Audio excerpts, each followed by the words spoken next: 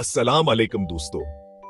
आज की कहानी में हम मिलेंगे फैसल लोमड़ी से। क्यों 90% जंगल के जानवर फैसल को सबसे ज्यादा चालाक समझते हैं? आइए मिलकर मालूम करते हैं। फैसल कोई आम लोमड़ी नहीं था।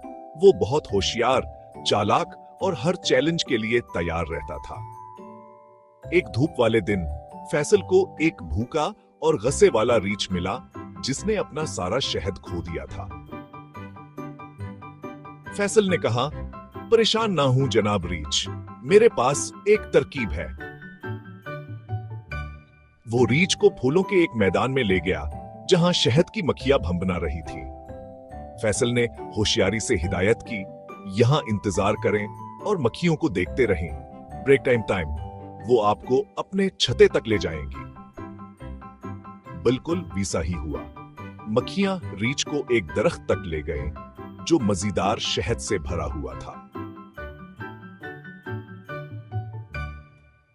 रीछ बहुत खुश हुआ और फैसल की चालाकी का शुक्रिया अदा किया।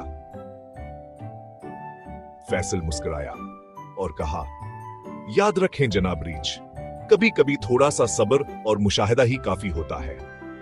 तो इस कहानी का सबक यह है कि चालाक और मददगार होने से मीठे इनाम मिल सकते हैं। कहानी खत्म।